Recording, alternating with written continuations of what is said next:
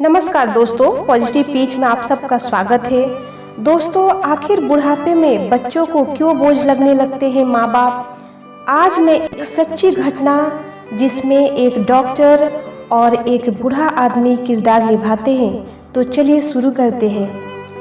क्यों दुनिया मरती है औलाद के लिए, जरा सोचिए इस विषय पर। मैं आज भी परिसर के बाहर बैठे भिखारियों की मुफ्त स्वास्थ्य जांच में व्यस्त था। स्वास्थ्य जांच और फिर मुफ्त मिलने वाली दवाओं के लिए सभी भीड़ लगाए कतार में खड़े थे। अनायास सहज ही मेरा ध्यान गया एक बुजुर्ग की तरफ, जो करीब ही एक पत्थर पर बैठे हुए थे। सीधी नाक, घुंघराले बाल, निस्तेज आंखें, जिस्म पर सादे लेकिन साफ सुथरे कपड़े। कुछ देर तक उन्हें देखने के बाद मुझे यकीन हो गया कि वो भिखारी नहीं है। उनका दायां पैर टखने के पास से कटा हुआ था और करीब ही उनकी बैसाखी रखी थी। फिर मैंने देखा कि आते जाते लोग उन्हें भी कुछ दे रहे थे और वे लेकर रख लेते थे। मैंने सोचा कि मेरा ही अंदाज गलत था, वो बुजुर्ग भिखारी ही है। उत्सुकतावश मैं उनकी तरफ बढ़ा तो कुछ लोगों ने मुझे आवाज़ लगाई, उसके करीब ना जाए, वो बूढ़ा तो पागल है। लेकिन मैं उन आवाज़ों को नज़रअंदाज करता मैं उनके पास गया। सोचा कि जैसे दूसरों के सामने वे अपना हाथ फैला रहे थे, वैसे ही मेरे सामने भी हाथ करेंगे। लेकिन मेरा अंदाज़ा फिर चूक गया। उन्होंने मेरे सामने हाथ नहीं फैलाया। मैं उनसे बोला, बाबा, आपको भी कोई शारीरिक परेशानी है क्या? मेरे पूछने पर वे अपनी बैसाखी के सहारे धीरे से उठते हुए बोले, good afternoon doctor, I think I may have some eye problem in my right eye. इतनी बढ़िया अंग्रेजी सुन मैं अवाक रह गया। फिर मैंने उनकी आंखें देखी, पका हुआ मोतियाबिंद था उनकी आंखों में। मैंने कहा, मोतियाबिंद है बाबा, ऑपरेशन करना होगा। बुजुर्ग बोले, ओह, मोतियाबिंद है। मैंने पूछा, बाबा आप यहाँ क्या कर रहे हैं? बुजुर्ग, मैं तो यहाँ रोज ही 2 घंटे भीख मांगता हूँ सर। मैं, ठीक है, लेकिन क्यों बाबा? मुझे तो लगता है आप बहुत पढ़े लिखे हैं। बुजुर्ग हंसे और हंसते हुए ही बोले, पढ़े लिखे? मैंने कहा, आप मेरा मजाक उड़ा रहे हैं बाबा। बाबा, oh no doctor, why would I, sorry if I hurt you. मैं, हर्ट की बात नहीं है बाबा, लेकिन मेरी कुछ समझ में नहीं आ रहा है। बुजुर्ग, समझकर भी क्या करोगे डॉक्टर? अच्छा ओके, चलो हम उधर बैठते हैं, वरना लोग तुम्हें भी पागल ही कहेंगे। करीब ही एक वीरान टपरी थी, हम दोनों वहीं जाकर बैठ गए। Well doctor, I am mechanical engineer, बुजुर्ग ने अंग्रेजी में ही शुरुआत की। मैं कंपनी में सीनियर मशीन ऑपरेटर था। एक नए ऑपरेटर को सिखाते हुए मेरा पैर मशीन में फंस गया था और ये बैसाखी हाथ में आ गई। कंपनी ने इलाज का सारा खर्चा किया और बाद में कुछ रकम और सौंपी और घर पर बैठा दिया, क्योंकि लंगड़े बैल को कौन काम पर रखता है सर। फिर मैंने उस पैसे से अपना ही एक छोटा सा वर्कशॉप डाला, अच्छा घर लिया। बेटा भी मैकेनिकल इंजीनियर है। वर्कशॉप को आगे बढ़ाकर उसने एक छोटी कंपनी और डाली। मैं चकराया और बोला, बाबा तो फिर आप यहाँ इस हालत में कैसे? बुजुर्ग, मैं किस्मत का शिकार हूँ।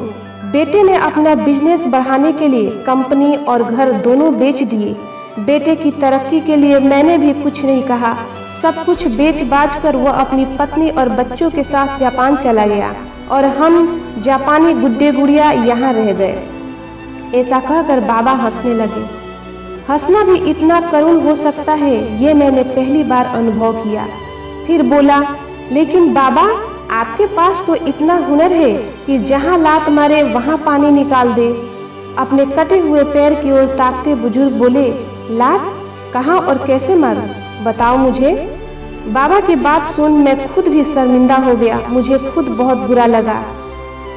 मैं बोला, आई मीन बाबा, आज भी आपको कोई भी नौकरी दे देगा, क्योंकि अपने क्षेत्र में आपको इतने सालों का अनुभव जो है। बुजुर्ग, यस डॉक्टर, और इसी वजह से मैं एक वर्कशॉप में काम करता हूँ। 8,000 रुपये तनख्वाह मिलती है मुझे। मेरी तो कुछ समझ ही नहीं आ रहा था। मैं बोला, तो फिर आप यहाँ कैसे? बुजुर्ग, डॉक्टर, बेटे के जाने के बाद मैंने एक चौल में एक टीन की छत वाला घर किराए पर लिया। वहाँ मैं और मेरी पत्नी रहते हैं। उसे पैरालिसिस है, उठ बैठ भी नहीं सकती।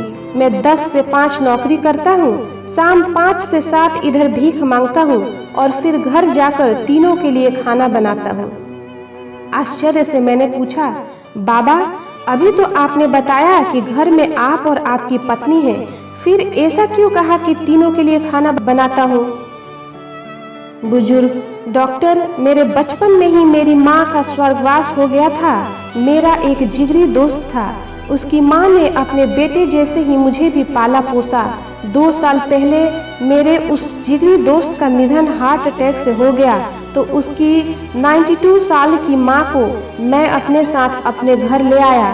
तब से वो भी हमारे साथ ही रहती है। मैं अवाक रह गया। इन बाबा का तो खुद का भी हाल बुरा है। पत्नी अपंग है, खुद का एक पाँव नहीं, घर बार भी नहीं। जो था वो बेटा बेचकर चला गया और ये आज भी अपने मित्र की माँ की देखभाल करते हैं। कैसे जीवट इंसान है ये। कुछ देर बाद मैंने सामान्य स्वर में पूछा, बाबा, बेटा आपको रास्ते पर ले आया, ठोकरे खाने को छोड़ गया, आपको गुस्सा नहीं आता? बुजुर्ग, नो डॉक्टर, अरे वो सब तो उसी के लिए कमाया था, जो उसी का था, उसने ले लिया, इसमें उसकी गलती कहाँ है? लेकिन बाबा, मैं बोला, लेने का ये कौन सा तरीका हुआ भला? सब कुछ ले लिया, ये तो लूट हुई। अब आपके यहाँ भीख मांगने का कारण भी मेरी समझ में आ गया है बाबा। आपकी तनख्वाह के 8,000 रुपयों में आप तीनों का गुजारा नहीं हो पाता, अतः इसलिए आप यहाँ आते हो। बुजुर्ग, no, you are wrong doctor. 8,000 रुपये में मैं सब कुछ मैनेज कर लेता हूँ, लेकिन मेरे मित्र की जो माँ है, उन्हें डायबिटीज और ब्लड प्रेशर दोनों है। दोनों बीमारियों की दवाई चल रही है उनकी। बस 8,000 रुपये में उनकी दवाइयाँ मैनेज नहीं हो पाती। मैं 2 घंटे यहाँ बैठता हूँ, लेकिन भीख में पैसों के अलावा कुछ भी स्वीकार नहीं करता। मेडिकल स्टोर वाला उनकी महीने भर की दवाएं मुझे उधार दे देता है और यहाँ 2 घंटों में जो भी पैसे मुझे मिलते हैं वो मैं रोज मेडिकल स्टोर वाले को दे देता हूँ। मैंने अपलक उन्हें देखा और सोचा, इन बाबा का खुद का बेटा इन्हें छोड़कर चला गया है और ये खुद किसी और की माँ की देखभाल कर रहे हैं। मैंने बहुत कोशिश की, लेकिन खुद की आंखें भर आने से नहीं रोक पाया। भले गले से मैंने फिर कहा, बाबा, किसी दूसरे की माँ के लिए आप यहाँ रोज भीख मांगने आते हैं? बुजुर्ग, दूसरे की? अरे मेरे बचपन में उन्होंने बहुत कुछ किया मेरे लिए, अब मेरी बारी है। मैंने उन दोनों से कह रखा है कि 5 से 7 मुझे एक काम और मिला है। मैं मुस्कुराया और बोला, और अगर उन्हें पता लग गया कि 5 से 7 आप यहाँ भीख मांगते हो तो?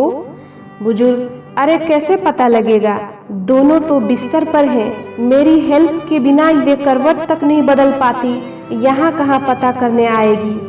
बूढ़ा व्यक्ति हंसने लगा।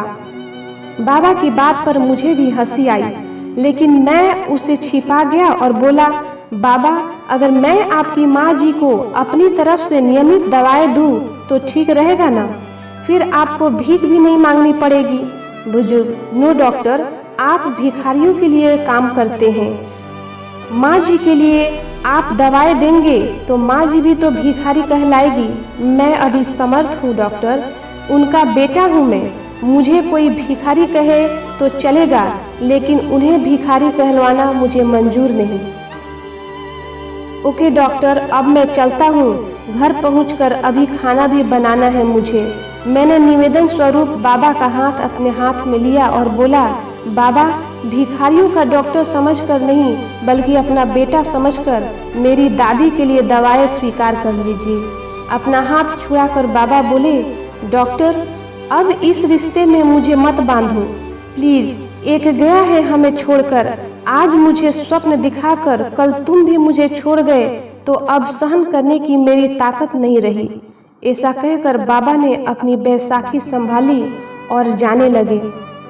और जाते हुए अपना एक हाथ मेरे सिर पर रखा और भर भराई ममतामयी आवाज में बोले, अपना ध्यान रखना मेरे बच्चे। शब्दों से तो उन्होंने मेरे द्वारा पेश किए गए रिश्ते को ठुकरा दिया था, लेकिन मेरे सिर पर रखे उनके हाथ के गर्म स्पर्श ने मुझे बताया कि मन से उन्होंने इस रिश्ते को स्वीकारा था। उस पागल कहे जाने वाले मनुष्य के पीठ फेरते ही मेरे हाथ अपने आप प्रणाम की मुद्रा में उनके लिए जुड़ गए। हमसे भी अधिक दुखी, अधिक विपरीत परिस्थितियों में जीने वाले ऐसे भी लोग हैं। हो सकता है इन्हें देख हमें हमारे दुख कम प्रतीत हो और दुनिया को देखने का हमारा नजरिया बदले। हमेशा अच्छा सोचे, हालात का सामना करे। कहानी से कुछ प्रेरणा मिले तो जीव मात्र पर दया करना और परोपकार की भावना बच्चों में जरूर दे। दोस्तों, वीडियो को लाइक, कमेंट्स और सब्सक्राइब जरूर करें ताकि ऐसी ही वीडियो आप लोगों के लिए लेकर आती रहूंगी। फिर कल मिलेंगे एक नई जानकारी के साथ। तब तक हंसते रहिए, मुस्कुराते रहिए। आपका समय शुभ हो। धन्यवाद।